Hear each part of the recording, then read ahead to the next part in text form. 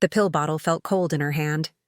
Marilyn Monroe sat on the edge of her bed at the Waldorf Towers, staring at the small orange container like it held the answer to every problem she'd ever had. It was 1955, and her doctor had just prescribed Nembutal, a barbiturate sleeping pill, for her chronic insomnia. "Just take one before bed," he'd said with the casual confidence of someone who had no idea what he was handing her. "It'll help you sleep." She twisted the cap off and shook one small capsule into her palm. It looked so harmless, so innocent. Just a tiny pill that would let her rest, let her escape the anxiety that kept her awake until dawn, let her stop thinking about everything that terrified her. She swallowed it with a glass of water and lay down, waiting for sleep to come.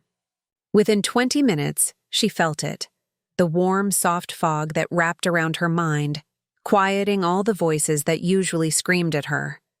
For the first time in months, Marilyn Monroe fell asleep easily. And that's when the nightmare actually began. Nobody tells you that the first pill feels like salvation, that it works so perfectly, so completely, that you can't imagine ever sleeping without it again. Marilyn had struggled with insomnia her entire adult life. The anxiety of auditions, the pressure of performances, the constant scrutiny of being Marilyn Monroe while trying to hold on to Norma Jean, it all kept her awake, staring at ceilings in hotel rooms and empty houses, counting the hours until she had to face another day of being perfect. The Nembutal changed everything. Suddenly she could sleep. Suddenly she had an escape route from her own mind. So when the prescription ran out after 30 days, she called her doctor immediately. "I need more," she said, trying to keep the desperation out of her voice. "They really help." He refilled it without hesitation. After all, she was Marilyn Monroe. If she said she needed sleeping pills, she needed sleeping pills. But here's the thing nobody understood. Not her doctors, not her friends, not even Marilyn herself at first. Barbiturates don't just help you sleep. They change your brain chemistry. They create a dependency so subtle, so gradual, that you don't realize you're trapped until it's far too late. By 1956, one pill wasn't enough anymore. Her body had adjusted, built up a tolerance, and that perfect fog that used to come so easily now required 2 pills, then 3. Her new husband, Arthur Miller, noticed the bottles on her nightstand multiplying. "How many of those are you taking?" he asked one night, genuine concern in his intellectual voice. Marilyn looked at him with those vulnerable eyes that could break hearts. "Just what the doctor prescribed," she lied. Because by then, she was calling multiple doctors, getting prescriptions from different sources, building up a supply that no single physician would ever approve. She told herself it was fine. She was just making sure she didn't run out. She wasn't an addict. Addicts were desperate people in back alleys. She was a movie star with legitimate prescriptions from real doctors.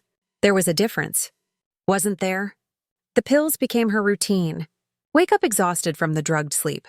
Take a Dexedrine to get moving, to have the energy to face the day. Film all day in a fog of anxiety and pressure. Take a Nembutal at night to come down, to sleep, to escape.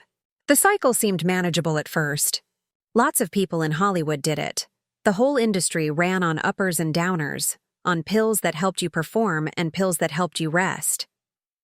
But Marilyn's relationship with the pills was different. For other people, they were tools. For Marilyn, they became friends. The only friends who never judged her, never disappointed her, never left her. The pills were always there, always reliable, always ready to provide exactly what she needed. When Arthur criticized her acting, when the studio executives dismissed her intelligence, when the press mocked her for being late or difficult or dumb, the pills understood. The pills didn't care if she was Marilyn or Norma Jean. They just worked. 57 brought new doctors and new prescriptions. Dr. Margaret Hertz Hohenberg, a psychoanalyst in New York, started treating Marilyn for depression and anxiety. More pills were added to the collection: Amital, Seconal, phenobarbital. Each doctor thought they were the only one prescribing. None of them knew about the others. Marilyn had gotten very good at compartmentalizing her pharmaceutical sources, at making sure no single doctor saw the full picture of how many pills she was actually consuming. She had a system, different pharmacies for different prescriptions, careful timing so she never picked up too many bottles in one place, always paying cash so there was no paper trail. It was exhausting maintaining the system, but it was necessary.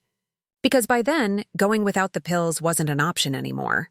She'd tried once during a weekend at Arthur's Connecticut home to just stop taking them cold turkey. Within 12 hours, she was shaking.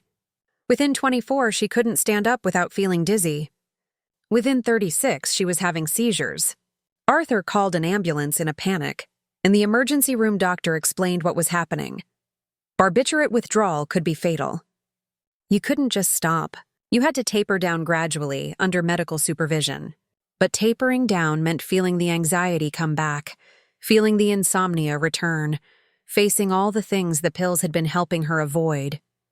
So instead of tapering, Marilyn just made sure she never ran out. Again, wait until you hear what happened next, because the pills that were supposed to help her were about to lead to the worst professional disaster of her career. I'm 58. Filming Some Like It Hot with Billy Wilder. This should have been her triumph. A perfect comedy role, working with Tony Curtis and Jack Lemmon, a director who understood her talent. Instead, it became a nightmare documented in call sheets and production reports. Marilyn couldn't remember her lines. Not because she was unprofessional or lazy, but because the pills had started affecting her memory, her concentration, her ability to function.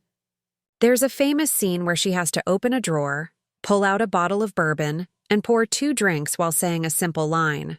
It took 47 takes. 47 times she either forgot the line, fumbled the bottle, or both. Billy Wilder was patient at first, then frustrated, then angry. Tony Curtis later said kissing her was like kissing Hitler, one of Hollywood's cruelest quotes about one of its most vulnerable stars. But nobody asked why she was struggling. Nobody connected the dots between the pill bottles in her dressing room and the woman who couldn't complete a simple scene. They just called her difficult, unprofessional, a dumb blonde who couldn't handle a basic acting job. The truth was darker and more tragic. Marilyn Monroe was performing while heavily medicated, and the medication was destroying her ability to perform. The pills that helped her cope with the anxiety of acting were preventing her from acting well, which created more anxiety, which required more pills. It was a spiral with no exit, getting tighter with every film, every role, every day. But here's what nobody knew at the time. Her most dangerous relationship with pills was still ahead of her, and it would involve one of the most controversial psychiatrists in Hollywood history. 60, Marilyn met Dr. Ralph Greenson. He was a prominent Los Angeles psychoanalyst, recommended by friends who said he could help her. What started as therapy sessions quickly became something much more complicated, much more dependent, and ultimately much more dangerous. Greenson didn't just treat Marilyn, he absorbed her into his life. She had dinner with his family. She swam in his pool. She called him at all hours, sometimes multiple times a day. And he prescribed her pills. Lots of pills. His treatment philosophy was controversial even then. He believed Marilyn needed to become dependent on him so he could then gradually wean her off that dependence and teach her to be independent. It was a theory that might have worked with a different patient, under different circumstances. But with Marilyn Monroe, a woman whose entire life had been defined by abandonment and desperate attachment, it was psychological malpractice dressed up as cutting-edge therapy. Greenson controlled her access to pills, deciding when she could have them and how many. In theory, this was supposed to help her cut back. In practice, it made her more desperate, more focused on the pills, more willing to do anything to get them. She would call him in the middle of the night, crying, begging for just one more pill to help her sleep. Sometimes he would drive to her house and give her one. Sometimes he would refuse, believing the deprivation would help her learn to cope without medication. But barbiturate addiction doesn't work that way. You can't teach someone to cope with something that has fundamentally altered their brain chemistry. You can't therapy your way out of physical dependence. By 1961, Marilyn's pill collection had grown to include Nembutal, Seconal, Demerol, chloral hydrate, phenobarbital, amytal, and a rotating cast of other barbiturates and sedatives. She kept them everywhere, in her purse, in her bedroom, in her bathroom, in her car. She took them so often she couldn't always remember if she'd already taken one, so she'd take another just to be safe. And mixing them had become routine, even though every doctor had warned her never to combine different barbiturates, never to mix pills with alcohol, never to take more than prescribed. But when you're exhausted and anxious and desperate to sleep, and one pill isn't working, you take two. And when two aren't working, you take three. And when you can't remember if you took 3 or 4, you take one more just to be certain. The mathematics of addiction are simple. You always need more than you think, and you never have as much as you need. Don't miss this next part, because the pills were about to cost her the last film she would ever make. 62. Something's got to give. Marilyn was 36 years old, technically at the height of her career, but actually falling apart. The pill dependency had progressed to the point where she couldn't function without them, but also couldn't function with them. She would take pills to sleep, then take more pills to wake up, then take pills to calm her anxiety about the filming, then take more pills to sleep that night. The cycle was constant, exhausting, and destroying her. She missed days of shooting because she couldn't get out of bed. When she did make it to set, she was often so drugged she couldn't perform. The studio executives at Fox were furious. They had millions invested in this film, and their star was unreliable, unpredictable, and clearly in trouble. But instead of helping her, instead of recognizing that Marilyn Monroe was in the grip of a serious addiction and needed medical intervention, they fired her. On June 8, 1962, less than 2 months before her death, 20th Century Fox officially terminated Marilyn Monroe's contract and blamed her for the film's failure. The woman who had made them millions, who had been one of their biggest stars, was thrown away like a broken prop. And Marilyn, devastated by the rejection and spiraling into depression, did what she always did when things got bad. She took more pills. Dr. Greenson was alarmed by how much she was using. He tried to cut back her prescriptions, to enforce limits, but by then Marilyn had other sources. Dr. Hyman Engelberg, her personal physician, was also prescribing.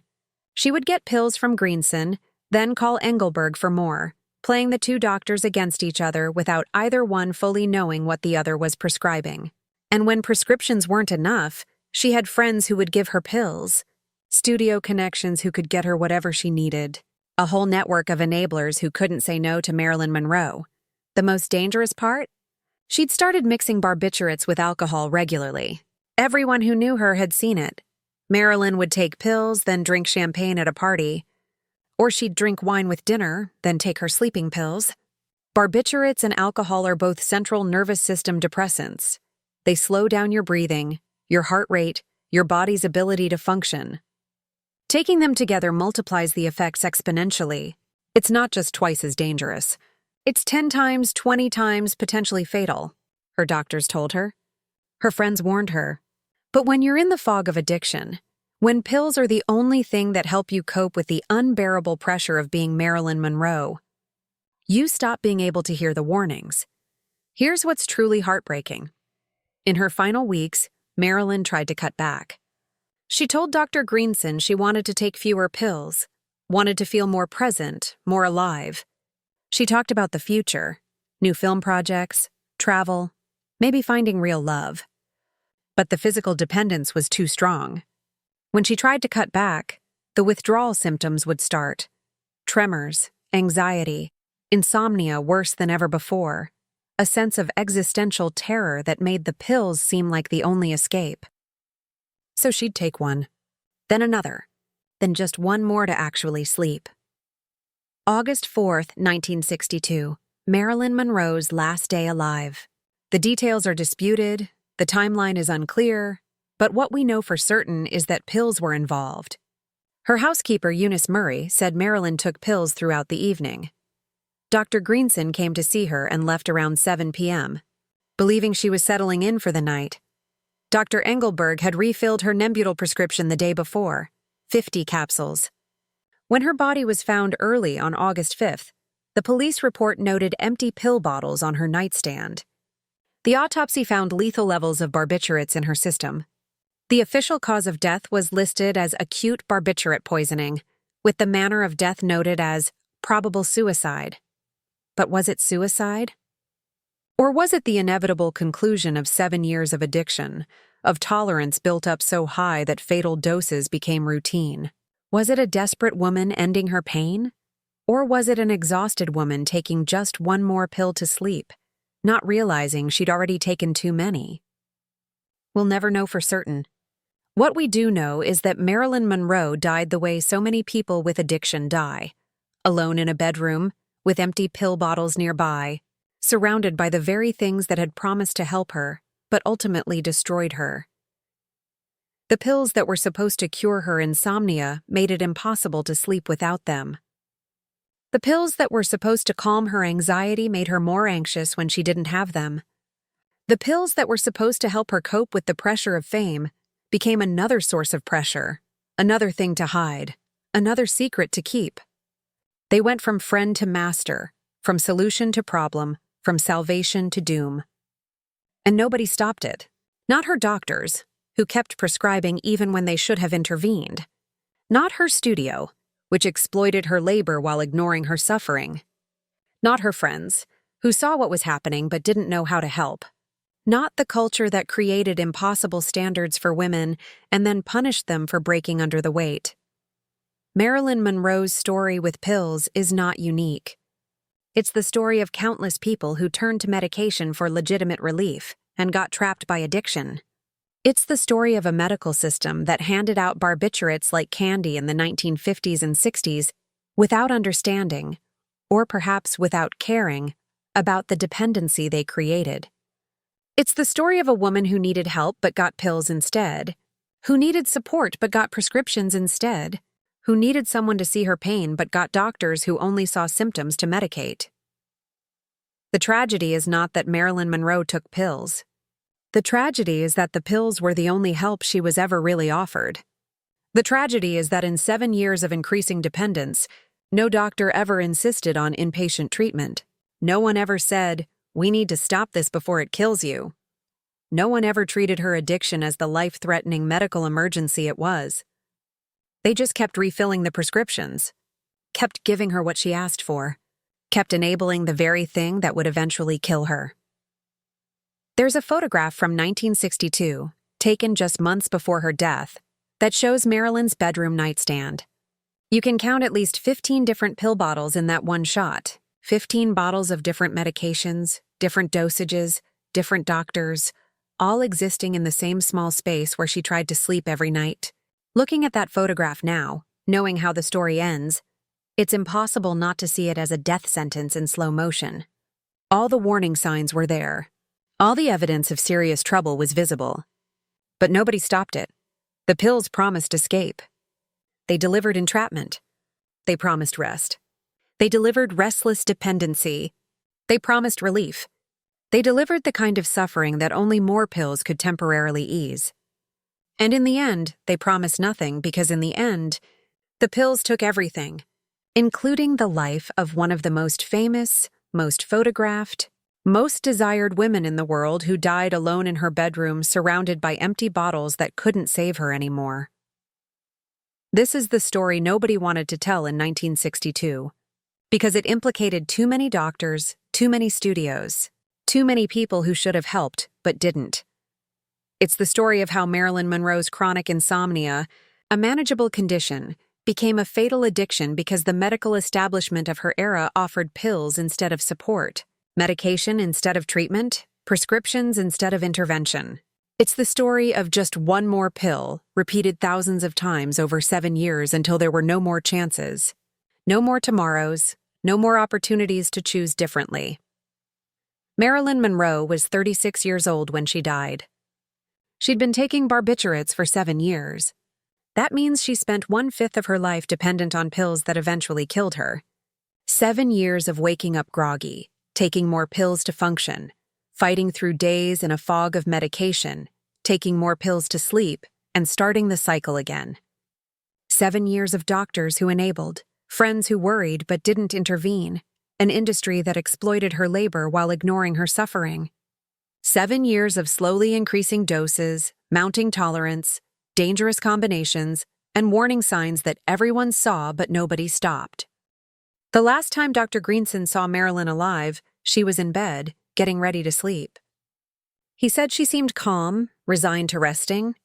What he didn't know, what perhaps even Marilyn didn't fully understand, was that the pills she was about to take, the ones that were supposed to finally let her sleep peacefully, would ensure she never woke up again. And that's the final, unbearable irony of Marilyn Monroe's relationship with pills. The thing she depended on to help her survive was the thing that made survival impossible. When they found her, the phone was off the hook. Some people say she was trying to call for help. Others say she'd been talking to someone when she lost consciousness. We'll never know for certain. What we do know is that in a bedroom filled with empty pill bottles, surrounded by prescriptions from multiple doctors, Marilyn Monroe's desperate search for peace finally ended. Not the way she wanted, not the way anyone who loved her wanted, but the way that 7 years of untreated addiction, enabled by a careless medical system and an exploitative industry, made almost inevitable. This isn't a story about weakness or moral failure. It's a story about a woman in pain who sought help and got drugs instead. A woman who needed addiction treatment and got more prescriptions. A woman who was drowning and was handed anchors instead of life preservers. Marilyn Monroe didn't choose to become addicted to pills.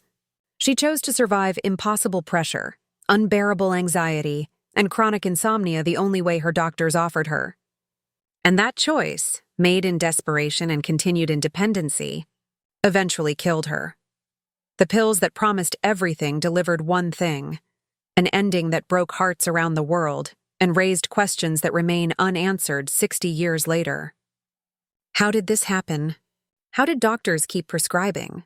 How did nobody intervene? How did the most famous woman in the world die alone with empty pill bottles? The answers are complicated, uncomfortable, and indict an entire system that failed her. But the question underneath all of those is simpler and more devastating. Could she have been saved? And if the answer is yes, if intervention was possible, if treatment was available, if someone had just stopped prescribing and started helping, then Marilyn Monroe's death wasn't just a tragedy. It was a preventable one. And that might be the most heartbreaking part of all. Let's talk about what addiction actually looked like in Marilyn's daily life. Because the reality was both more mundane and more terrifying than most people understand. It wasn't dramatic. It wasn't like the movies. It was quiet, private, and relentless. She would wake up around noon, already exhausted despite sleeping 12 hours, because barbiturate sleep isn't real rest. It's chemical unconsciousness that leaves you more tired than before. She'd take a Dexedrine or two just to open her eyes to have the energy to stand up. Then she'd stumble to the bathroom, avoiding mirrors because seeing herself without makeup, seeing the real Norma Jean instead of Marilyn Monroe, was too painful to bear. Her housekeeper Eunice Murray would prepare breakfast, but Marilyn rarely ate. The pills killed her appetite. She'd drink coffee, maybe eat half a piece of toast, take more pills. By early afternoon, she'd be trying to function, returning phone calls, meeting with her acting coach, attempting to read scripts. But her concentration was shot. She'd read the same page 5 times and still not remember what it said. The pills that were supposed to help her cope were preventing her from doing anything that might actually improve her situation. Evening was when the anxiety really hit. As the sun went down, as another day passed without accomplishment, without meaning, without the connection she desperately craved, the panic would start rising. Her chest would tighten. Her hands would shake. The voice in her head that told her she was worthless, that she was a fraud, that everyone who'd ever left her had been right to leave, that voice would get louder and louder until it was screaming. And the only thing that could quiet it was pills. So she'd take one. Wait 30 minutes. If it wasn't working yet, take another. Pour a glass of champagne because the combination worked faster. Take one more just to be safe. And then finally, blissfully, the fog would descend. The anxiety would recede. The voices would quiet. And Marilyn Monroe could disappear for a few hours. Could stop being anything at all. Could just drift in the warm, dark, empty space where pills took her. But wait until you hear about the morning she almost didn't wake up. 6 months before her death, in a moment that should have been the wake-up call that saved her life. February 1962.